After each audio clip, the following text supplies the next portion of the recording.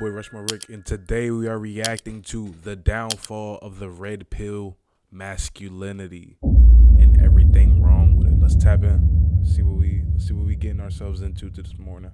You've probably seen it. Clips of men talking about alpha status, luxury cars, and what real women want. The red pill movement has taken over a lot of male spaces online and claims to wake men up, teaching them how to dominate in dating, business, and life, which apparently will make you happy all of a sudden. Guys like Andrew Tate, the Fresh and Fit podcast, even Hamza have built massive followings preaching this mindset. And at first it sounds empowering. And that's why I am a product of this movement. Andrew Tate and Hamza specifically got me involved in building my YouTube channel, building my business, so I could chase the things that they had.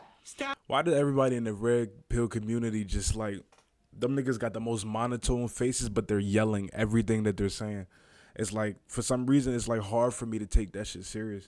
When you're looking at the camera and your face is so normal and you're talking like I get it, but I don't get it at the same time. You know what I'm saying? Status, money, girls, and overall success. I remember watching YouTube videos in my college apartment, following the advice and idolizing these creators because the life they preached to me. See, look, that's the problem right there. It's okay to, I feel like it's okay to, no matter what content you decide to indulge in or like information you try to receive, there's nothing wrong with educating yourself, because I feel like you can find some knowledge in everything that you watch on the internet. But at the same time, when you get to the point where you're idolizing people, you should do some self-reflecting. Why are we idolizing this? Why does this have a major grasp on my life, on my attention span? Is the stuff that I'm consuming making me a better person? You know what I'm saying? Like, is this stuff really doing something for me, or is it just filling up a void that I don't even know what the void that I'm trying to fill? You know what I'm saying? What am I chasing?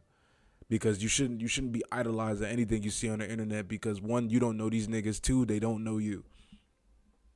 Sounded amazing. It was my dream life. When I first really dove into the red pill content, I was already in shape. So now it was a matter of finding my purpose, which for them isn't really about making a difference, but rather making money. And my purpose was becoming a YouTuber, preaching fitness content, specifically a healthy version of fitness, which I call athletic bodybuilding. This led me to having more clout, more success, and more money. But the deeper I got into the life they preached, the deeper I got into this red pill movement, the more empty I felt inside. I was more successful than ever, but I actually hated myself deep inside. And these red pill creators who are giving you this advice to chase all these materialistic things also hate themselves inside, and they're dragging you with them into this nightmare. Today I'm gonna break down everything wrong with the red pill movement and reveal to you what it actually is, because it is not the answer to the life you want to live and true happiness. And I just want to say, let me preface this by saying I'm doing reactions this morning.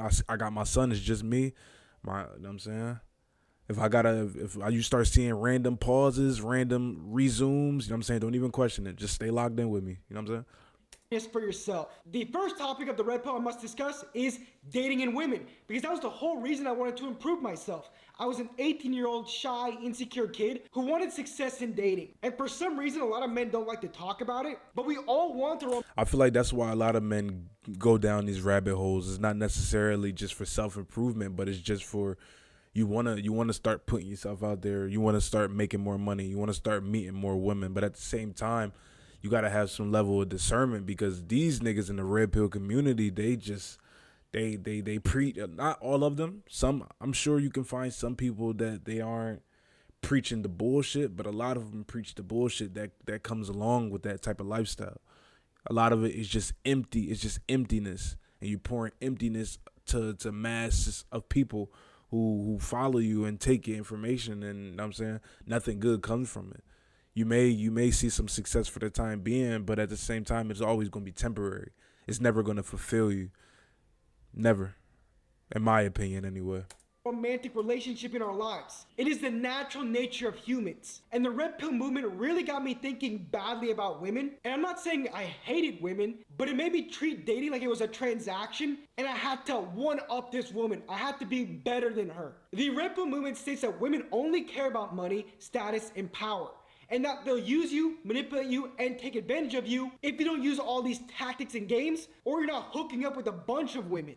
And I feel like there's some truth to that if you're inside that lifestyle. You got to understand, right? When you become one of these high level men or red pill gurus, and you're putting yourself on this platform, on this pedestal, that this is the type of energy that you attract, not just with women but with people in general. You tend to be around a bunch of yes men or yes women, or a bunch of people with their hands out, because they know the type of person that you portray yourself to be on the internet, the type of person you portray yourself to be in that life that you're living. So you're just attracting a whole bunch of just negative people who aren't just down to be with you for you, who aren't just down for the positive experiences of being around you. They want something out of you.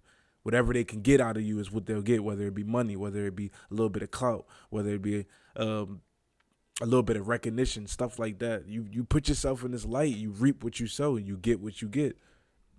It's like you kind of asking for it, but at the same time unknowingly asking for it.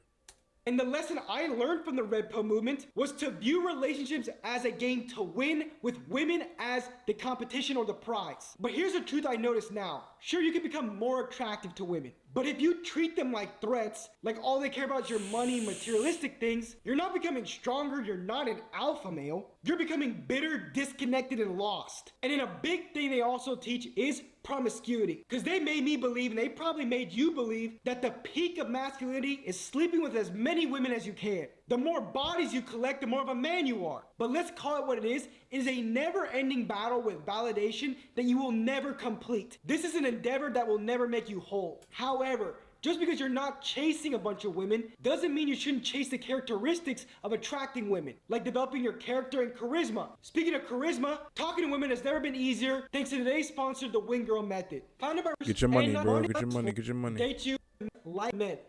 Get your money. Get your money. Regarding promiscuity and sleeping with a bunch of women, these niggas in these ads getting way more like crafty and creative. Like you gotta be able to, like, you gotta be a real sniper to really see this shit coming. That's why I be saying it. I got you.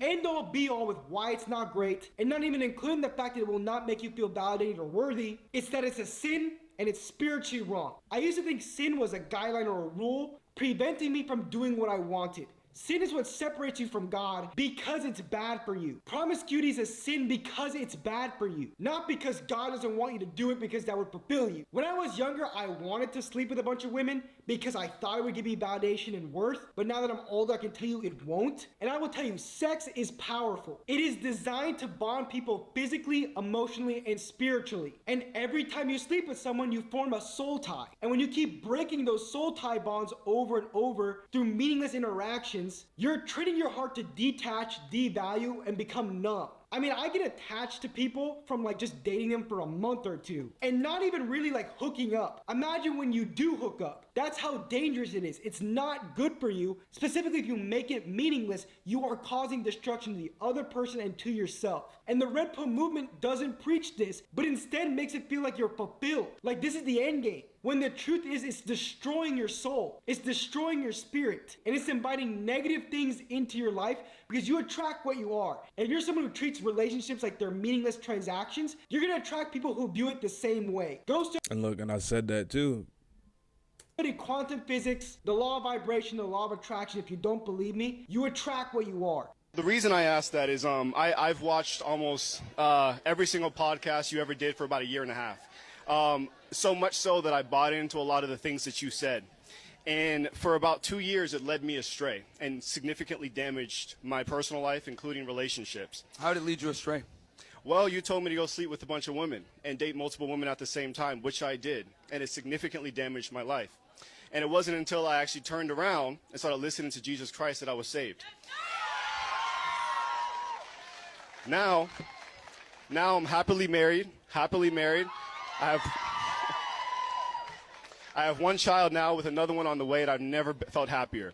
But I felt... Congratulations, that's good. That's really good. Thank you. And I know you're not against that, but my concern is what you're saying to men leads them astray because I'm a walking example of it. And I think you're significantly damaging people, and especially you're leading people away from morality. Women are not sex objects. Women are created in the image of God, and they are valuable.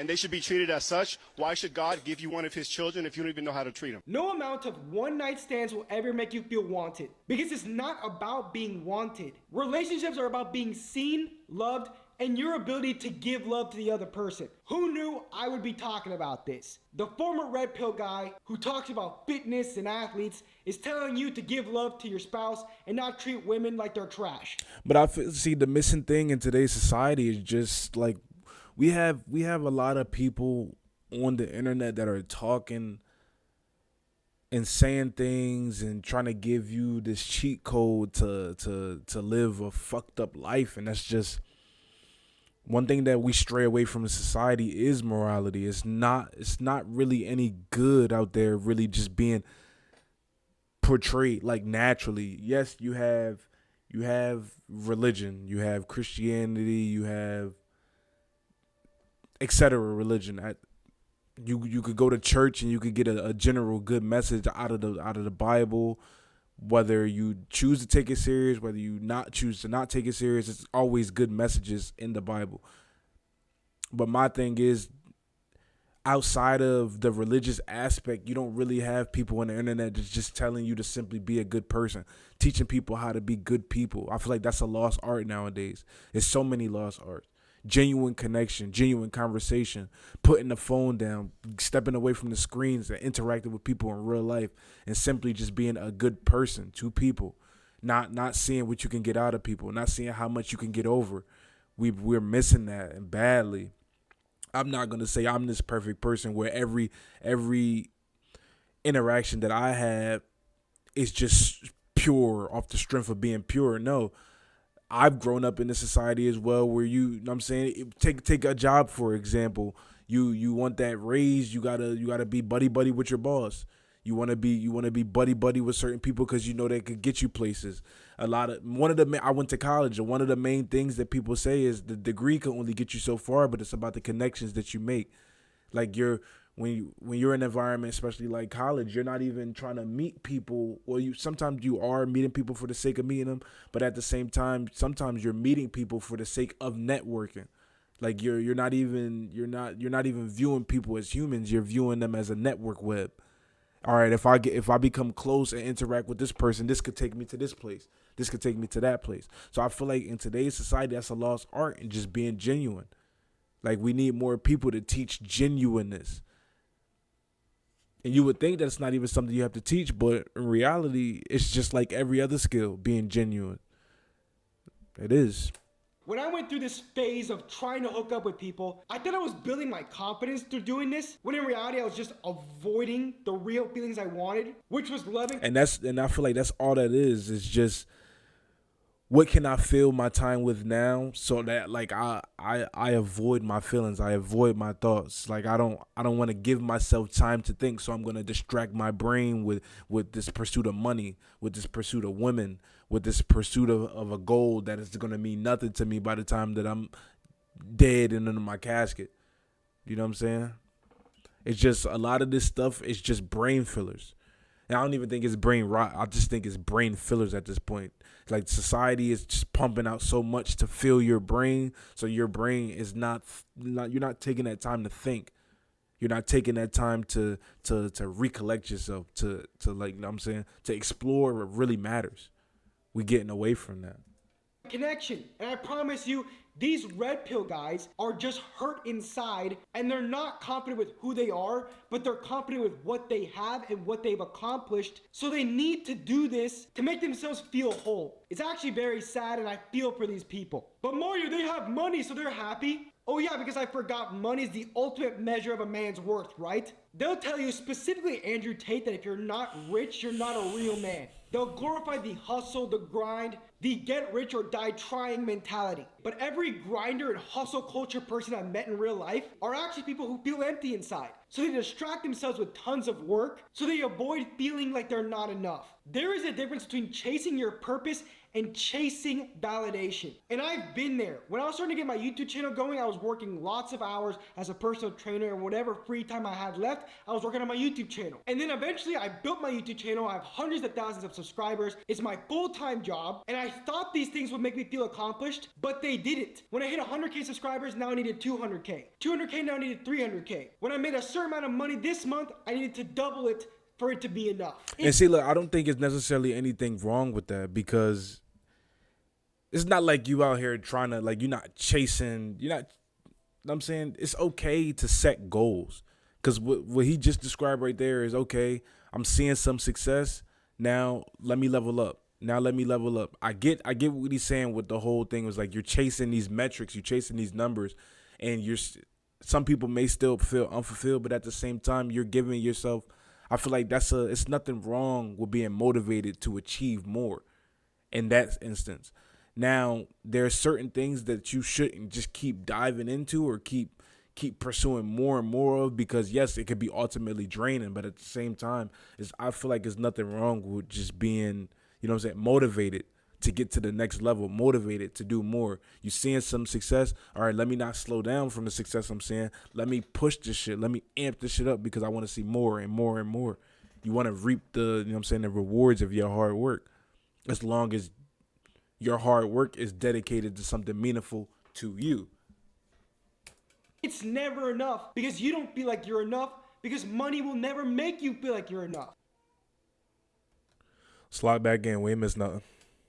Yet Andrew Tate and the Fresh and Fit podcast and all these other red pill content creators are suggesting that you need this life. You don't need anything. The only thing you need is God. I am not saying you shouldn't chase success, you shouldn't chase your purpose, you shouldn't chase money to at least a small degree, as all men need ambition. But I realized something critical that I wish someone told me when I first started getting involved in growing my business. At a certain point, making more money does not result in more peace. And no matter how much money you actually do. You know what they say, a tale as old as time. More money, more problems, man.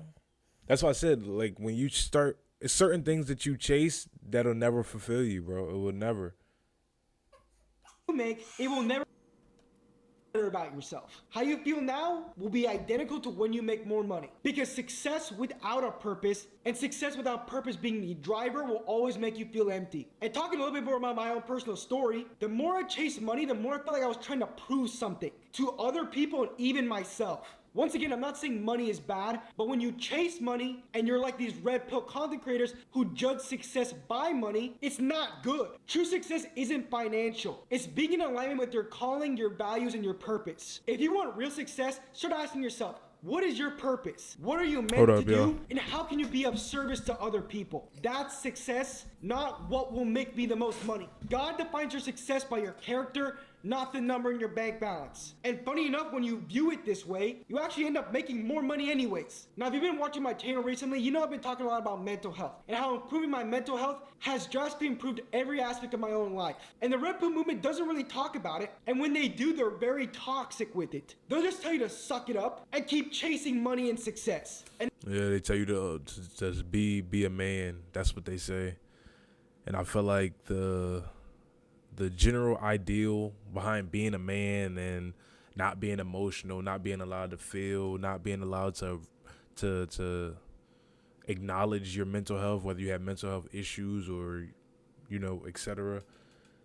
All that stuff is just setting men back. That's all it does, is set men back. It sets people back. If you don't allow people to acknowledge their feelings and address their issues, and they're just constantly burying shit underneath and underneath and underneath, you just covering layers and layers of just trauma, and you never allow yourself to truly get over it. Never.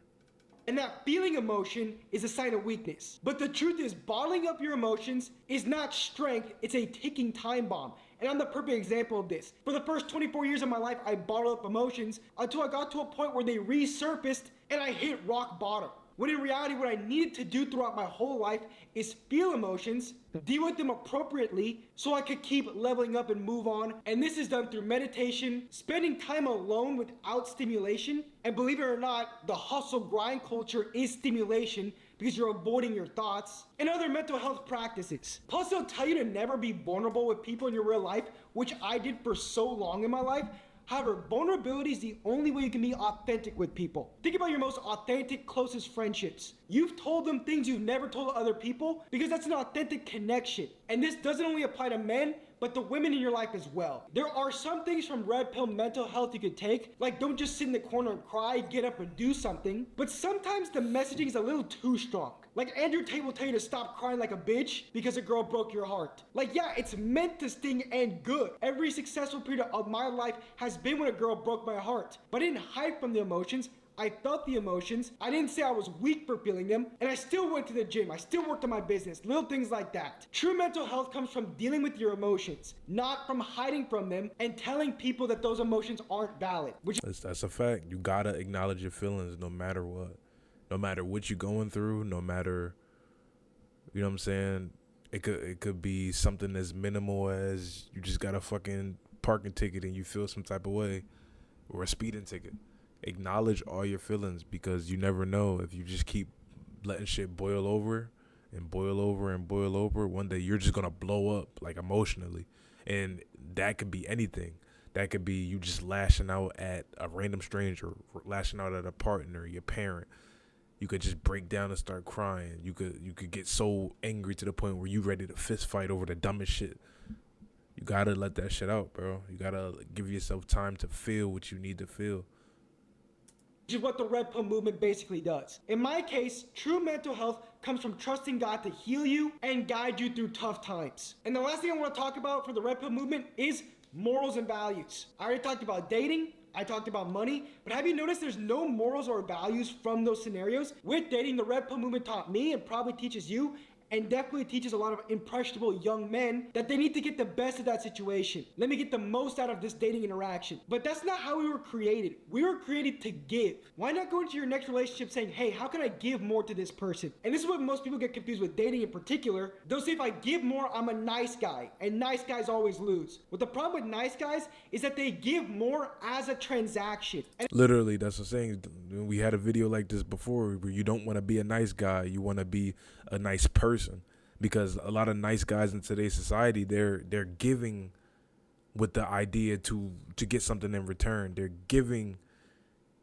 It's not out the genuine, it's out the kindness of their heart. They're doing it because they want something in return. They want your love. They want your time. They want your attention. They want a chance. You don't want to be nice that way. You don't want to incentivize niceness to the point where you're only being nice to get something out of it. You don't want to do that. Gotta go be a dad, BRB. And as humans, we're very intuitive. When someone's being nice to you for a reason or to get something out of you, you know. Like, when was the last time you were at a store and you could tell this person didn't care about actually helping you find something you wanted, but just... Shit, go to that motherfucking... I love all Asian people. But go to that motherfucking beauty supply store. Watch how nice that lady or that man behind the counter be trying to get you to, whether they trying to get you to buy an extra bonnet, buy some extra hair products, buy a extra fucking shit. One of the beauty supply stores out here where I stay at, lady was so nice to me. I bought one of them knockoff colognes. I don't know if it was real or not. I don't know if it's a knockoff, but you know how the beauty supply, you know what I'm saying, colognes be. Shit smell good, but that shit wear off in like fucking 30 minutes. But she was so nice to me to the point where I took her kindness. I'm like, all right, since you being so nice, I'll buy some cologne. Something as simple as that. You could tell when somebody's being overly nice just to either get something out of you, to sell you some shit, or etc. You can tell. In most cases, you can tell. Wanted your money. That's what nice guys do. However, if you're actually going into a relationship, whether it's a friendship or dating, looking to give to them without wanting anything in return, but just doing it out of your heart, trust me, it'll be the best relationship you'll ever be in. And if someone rejects you because you do this, that's someone who's not ready to receive love. And with money, they never teach you how to give value to the other person. They're like, hey, just make money as fast as possible. So I'm sure some red pill guru probably has a course on a crypto scam that you can do. That's basically how they teach people how to make money. Instead of saying, yeah. And that's the gist of it, really. In today's world that we live in a kill or be killed, eat or be eaten, fucking rob or be robbed. That's all everybody's, especially a lot of red pill guys nowadays. They're just trying to teach you how to get over on the next person, how to step on the next man to build your own empire, and those aren't built on the principles of being a good person. Because good people, like we all have our days where we do fucked up shit, me included. You know what I'm saying? No person is better than the next man, but at the same time, there's certain shit that your body, your mind, your soul, your heart just won't allow you to do. You know what I'm saying? If you see a homeless man with a bucket full of money laying on the street and he not watching it, that thing in your heart that's telling you, shit, it'd be nice if that money was yours, but don't take his money because it ain't yours. You know what I'm saying? It's just a certain level of discernment that humans have. Like if you're naturally a good person, you don't put yourself in situations to do harm mentally, physically, emotionally to the next person, because you know that we all human. But that was our red pill reaction, man. Make sure y'all like, comment, sub. You know what I'm saying? I know, like we're building this from the ground up. I'm trying to be more consistent with it. I'm telling y'all, man, having a son and trying to do this and watch him, it's not easy. But shit, we gonna get it done. I'm gonna see if we can get like 2 to 3 videos uploaded daily. I want to post daily, because the only way you grow is through repetition, reacting, and getting the videos out there for y'all to enjoy. So thank y'all for watching. Comment, subscribe, and let's lock in. And oh yeah, guess what?